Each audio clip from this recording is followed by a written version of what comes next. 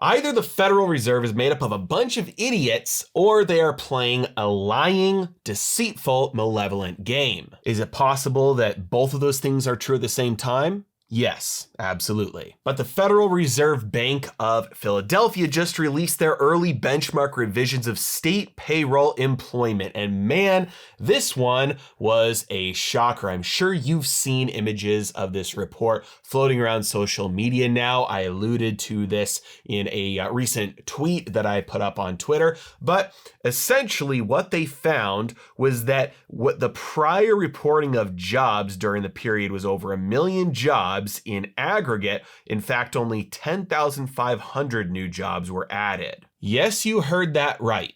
Instead of over 1 million jobs being added, which was the reported number, in this new way that they are doing research and the new way that they are gathering the data, they realized that no, in fact, the number was only 10,000, just a few zeros off. It makes it even worse because they're saying that their new estimates, they incorporate a more comprehensive and more accurate job estimate than the one that's released by the Bureau of Labor Statistics. And with this new, more accurate way of measuring jobs, they realized that the 1.1 million number of jobs that were previously reported was incorrect.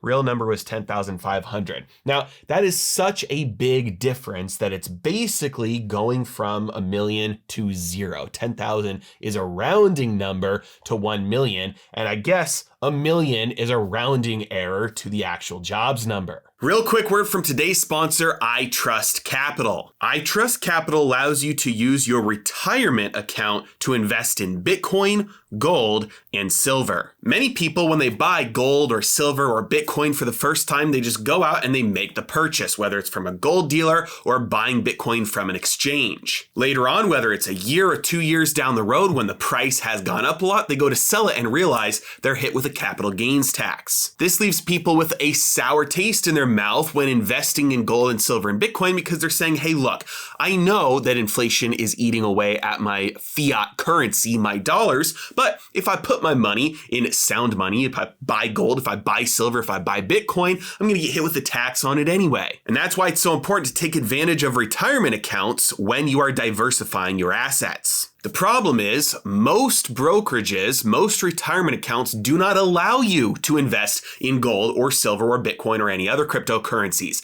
That is where iTrustCapital comes in. You can buy and sell Bitcoin, gold, silver inside of your IRA anytime. You can use this retirement account to make new contributions, or you can even use old retirement account money rolled over into an IRA with iTrustCapital. With everything going on right now in the crypto industry, many people are concerned about any exchange, any place that allows you to buy cryptocurrencies, about security and fraud. With iTrustCapital, they never take custody of your assets. There is no mingling of assets, and there is no way for iTrustCapital to access clients' money. It is securely stored in third-party institutional storage that is cold storage. And it's a regulated trust company so that it is a legal IRA. Like I said, they take security very seriously, which is why I use and recommend iTrustCapital to invest in gold,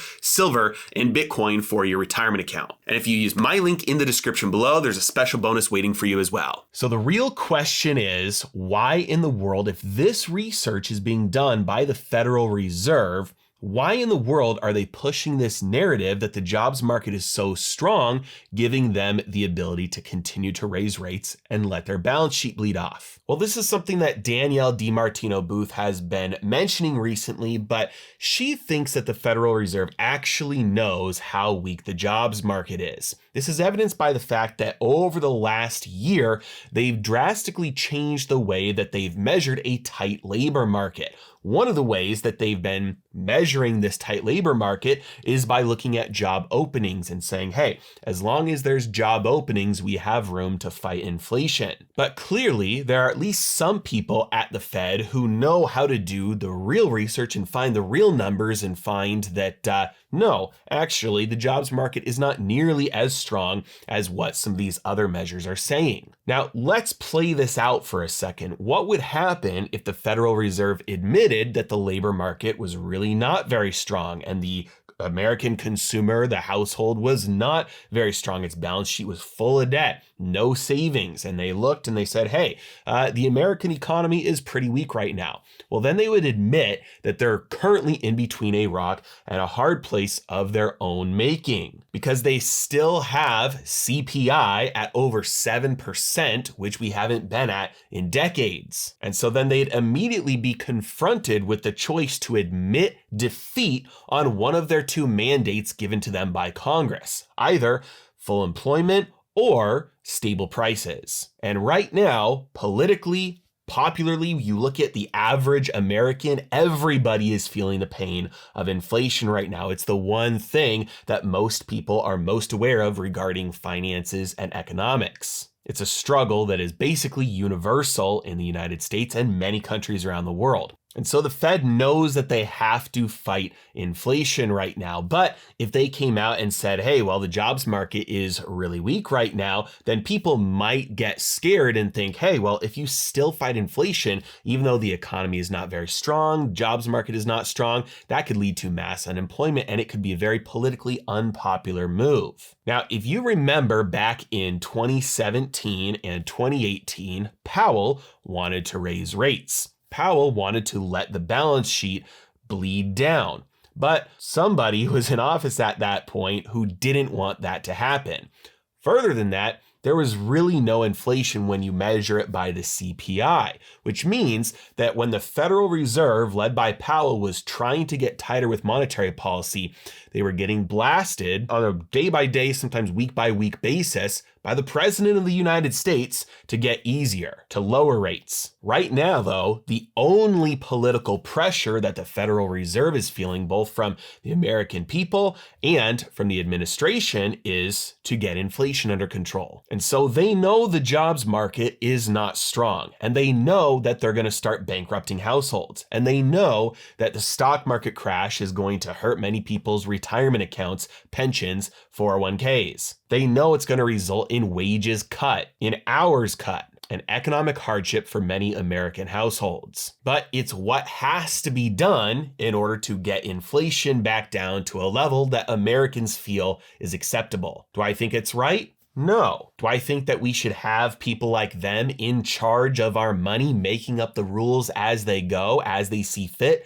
Absolutely not. But it is the world that we live in, and so the best we can do is try and anticipate what that next move is so that we can benefit ourselves by it instead of getting taken by surprise. And by the time the public wakes up and realizes that the Fed is intentionally crushing the jobs market, is intentionally bankrupting households, and is intentionally crashing stock markets and asset prices in order to bring inflation down, by then they'll have brought inflation down enough where they can say, okay, now we can pivot. As always, really appreciate you guys. Thank you so much for watching. Have a great day.